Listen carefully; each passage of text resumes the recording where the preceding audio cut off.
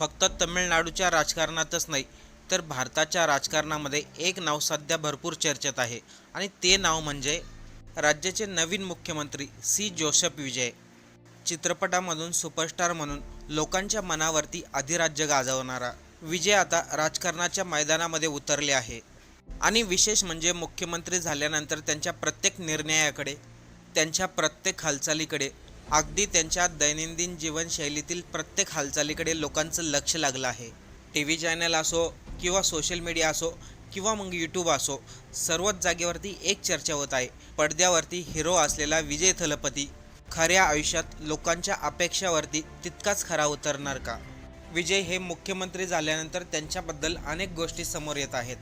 अगोदर तर चर्चा झाली त्यांनी घेतलेल्या निर्णयांची. मुख्यमंत्री झाल्यानंतर त्यांनी जे काही निर्णय घेतले त्याचं संपूर्ण भारतभरामधून कौतुक केलं जात आहे. कारण की त्यांनी जे निर्णय घेतलेत असे निर्णय राज्यामधील कोणत्याही मुख्यमंत्र्यांनी घेतले नाहीत. याशिवाय तमिळनाडूच्या CMOच्या सोशल मीडिया अकाउंटवरून देखील त्यांच्याबद्दल काही माहिती शेअर करण्यात येते. तर काही गोष्टी अशात ज्या लोकांपर्यंत जातच नाहीत. त्यामधील सर्वात मोठी चर्चा म्हणजे विजय हे मुख्यमंत्री झाल्यानंतर मंत्रालयामध्ये किती वाजता पोहोचतात. हा व्हिडिओ प्रत्येकाने लक्षपूर्वक ऐका. कारण की जेव्हा एखादा व्यक्ती नवीन मुख्यमंत्री पदावरती जातो तेव्हा त्या व्यक्तीची दिवसभराची रुटीन कशी असते कदाचित आपल्यातील बऱ्याचशा लोकांना माहिती पण असेल. पण या ठिकाणी मुख्यमंत्री विजय यांच्याबद्दल गोष्ट वेगळी आहे. कारण की त्यांनी स्वतःची रुटीन अशाप्रमाणे ठेवली जे आत्तापर्यंत कोणत्याही मुख्यमंत्र्यांनी केलं नाही. विजय हे मुख्यमंत्री झाल्यानंतर ते सकाळी 8:30 वाजता मंत्रालयामध्ये पोहोचतात. सकाळी 9 ते संध्याकाळी 7 पर्यंत त्यांनी कामाची वेळ ठरवलेली आहे. कदाचितच एखादा मुख्यमंत्री मंत्रालयामध्ये एवढ्या वेळ बसत असेल. तसे पाहिले तर मुख्यमंत्री पदे कुठल्याही सामान्य सरकारी नोकरीसारखं नसतं. मुख्यमंत्री हा 24 तास काम करणारा पदाधिकारी असतो. मध्यरात्री बैठका घ्यावा लागू शकतात. अचानक एखादं राज्यावरती मोठं संकट आलं तर त्याचं व्यवस्थापन करावं लागतं. राज्यामधील कोणत्याही संकटांना सामोरे जावं लागतं. पण इथे विजय यांनी जरा वेगळा नियम ठेवलाय. त्यांनी एक शिस्त निर्माण करण्याचा प्रयत्न सुरू केलाय. देशामधील अनेक राज्यांचे मुख्यमंत्री मंत्रालयामध्ये उशिरा येतात. कदाचित ते कधी कधी येतही नाहीत.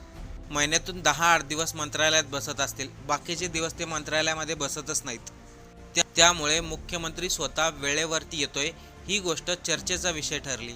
मुख्यमंत्री विजय यांचं असं म्हणणं आहे, आपण जर स्वतः शिस्त आणि नियम पाळले तरच आपले अधिकारी आणि आपले कर्मचारी नियम पाळतील. म्हणजे त्यांनी प्रशासनाला एक प्रकारचा संदेश दिला आहे. कामामध्ये शिस्त ठेवणं आणि वेळेचं महत्त्व किती आहे हे सर्वांना दाखवून दिलं. याचबरोबर विजय यांच्याबद्दल आणखीन एक गोष्ट लोकांमध्ये मोठ्या प्रमाणामध्ये चर्चेत आहे आणि ती गोष्ट म्हणजे हा मुख्यमंत्री जेवण आपल्या घरून घेऊन येतो. मुख्यमंत्री झाल्यानंतर बरेचसे मुख्यमंत्री हॉटेल किंवा कॅन्टीनमधून जेवण मागवतात. घरून डब्बा आणून मंत्रालयाच्या टेबलवरती जेवणारा कदाचित हा पहिला मुख्यमंत्री असेल. नाहीतर मुख्यमंत्र्यांच्या जेवणासाठी विशेष व्यवस्था केली जाते. स्वच्छ टेबल वापरले जातात, डायनिंग हॉल वापरला जातो. पण विजय मात्र मुख्यमंत्री होऊन देखील त्या गोष्टी वापरत नाही आहेत. त्यांचं म्हणणं आहे, आपण सर्वसामान्य जनतेसाठी मुख्यमंत्री झालोय, आपल्याला जेवण करायचे मग ते आपण आपल्या कामाच्या ठिकाणीही करू शकतो. विजय यांच्या याच कामामुळे लोकांमध्ये उत्सुकता आहे आणि लोकांकडून त्यांना भरपूर अपेक्षा देखील आहेत. लोकांना जाणून घ्यायचंय चित्रपटामध्ये लोकांसाठी लढणारा हिरो खऱ्या आयुष्यामध्ये लोकांसाठी काय करतोय. आपण सुरुवातीला सांगितलं ना, मुख्यमंत्री झाल्यानंतर अवघ्या 5-6 दिवसामध्येच विजय यांनी मोठे निर्णय घेतलेत जे आत्तापर्यंत कोणत्याही राज्यातील मुख्यमंत्र्यांना जमले नसतील. आपण आपल्या पहिल्या व्हिडिओमध्ये देखील सांगितलं होतं विजय यांनी नेमकं कोणते निर्णय घेतले. तरी देखील तुम्हाला शॉर्टकटमध्ये सांगतो. सर्वात महत्त्वाचं म्हणजे त्यांनी दारूबंदी केली. दुसरं म्हणजे महिलांची सुरक्षा वाढवली, त्यांच्यासाठी एक स्पेशल टीम बनवली. राज्यामधील सर्व रस्ते स्वच्छ ठेवण्याचं आव्हान केले. कुठल्याही जागेवरती पोस्टर बॅनर लावून दिले जाणार नाही. अशा अनेक प्रकारचे त्यांनी घेतलेले निर्णय आहेत. यामध्ये सर्वात जास्त चर्चा झाली त्यांनी बदली केलेल्या अधिकाऱ्यांची. मुख्यमंत्री झाल्यानंतर त्यांनी IAS IPS ऑफिसरांबरोबर मीटिंग केली. काही भ्रष्ट अधिकारी यांच्या वेगळ्या जागेवरती बदल्या केल्या. कारण की बरेच IPS IAS अधिकारी हे सर्वजण मागील सरकार असलेलं DMKच्या हाताखाली काम करत होतं. त्यामुळं नवीन सरकार आपल्या पद्धतीने तयार करायचं. जे अधिकारी योग्य आहेत त्यांना आपल्या टीममध्ये ठेवायचं. त्यासाठी त्यांनी बऱ्याच IPS IAS अधिकाऱ्यांच्या बदल्या केल्या. याशिवाय त्यांनी मुलांच्या बाबतीतही एक मोठा निर्णय घेतलाय. आपण अनेक दुकानांमध्ये अनेक ठिकाणी मुलांना कामावर जाताना पाहतो. काही मुलांचं वय 18 वर्षाच्या खाली असतं, तरी देखील ते अनेक दुकानांमध्ये, शॉपमध्ये, बिअर शॉपमध्ये किंवा वेगवेगळ्या मॉलमध्ये काम करतात. त्यावरती त्यांनी स्पष्ट आदेश दिलेत, 18 वयापेक्षा खालील मुलांना कामावर ठेवू नये आणि जर कामावरती ठेवायचं असेल तर संपूर्ण जबाबदारी त्या दुकान मालकाने किंवा त्या शॉप मालकाने घ्यायची. त्याच्या शिक्षणासाठी देखील त्या शॉप मालकाने पैसे द्यायचे. तमिळनाडूमध्ये अंमली पदार्थाचा मुद्दा देखील मोठ्या प्रमाणात चर्चेत राहिला. आपण सर्वच जण ऐकतोय महाराष्ट्रामध्ये किती मोठ्या प्रमाणामध्ये अंमली पदार्थ पकडले जात आहेत आणि तरुण मुलं तर त्या अंमली पदार्थाच्या आहारी जात आहेत. हा प्रकार फक्त महाराष्ट्रामध्येच नाही तर देशामधील वेगवेगळ्या राज्यांमध्ये सर्वत्रच आहे. यावरती देखील मुख्यमंत्री विजय यांनी कठोर निर्णय घेतलेत. त्यासाठी एक स्पेशल टीम तयार करण्यात आली आणि जर का एखादा मुलगा अंमली पदार्थ घेणारा सापडला तरी देखील त्याच्यावरती कारवाई होईल, जेणेकरून पुढच्या वेळेस तो अंमली पदार्थ घेणार नाही.